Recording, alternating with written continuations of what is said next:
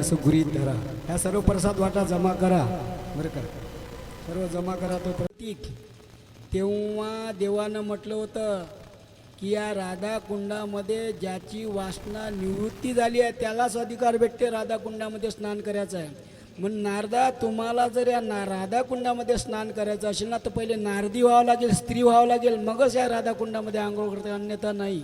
म्हणून वृंदावनामध्ये जो हरिभक्त भागवत शिकते ना तो पूर्ण आपल्या वासनेची निवृत्ती करते, आत्यंतिक दुःखाची निवृत्ती, मग परमानंदाची प्राप्ती. म्हणून वृंदावनामध्ये राधा मैयाची जोपर्यंत त्या साधकावर कृपा होत नाही तोपर्यंत त्याच्या मुखामध्ये भागवतासाठी सरस्वती वास करत नाही. जय राधे श्री राधे राधे राधे प्रिया प्रिया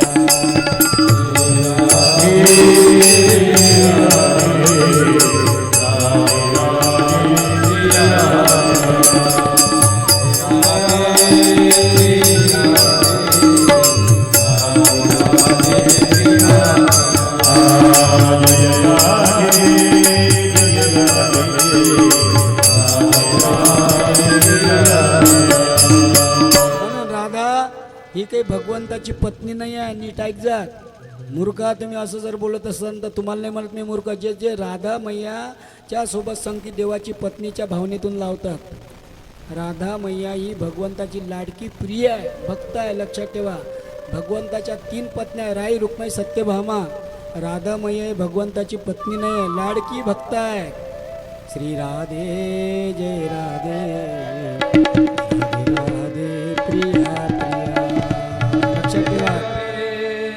बरं का.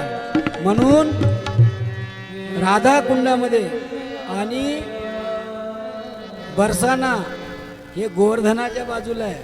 तुम्ही वृंदावनामध्ये गेले तर जा. आणि मान मंदिर आहे, मान मंदिरावरती राधा मैयाचं वास्तव्य आहे. आणि त्या डोंगरावरून जो साधक तयार होते त्याला राधा मैयात कुठे मान कमी पडू देत नाही, त्याचं ऐश्वर कुठे कमी पडू देत नाही.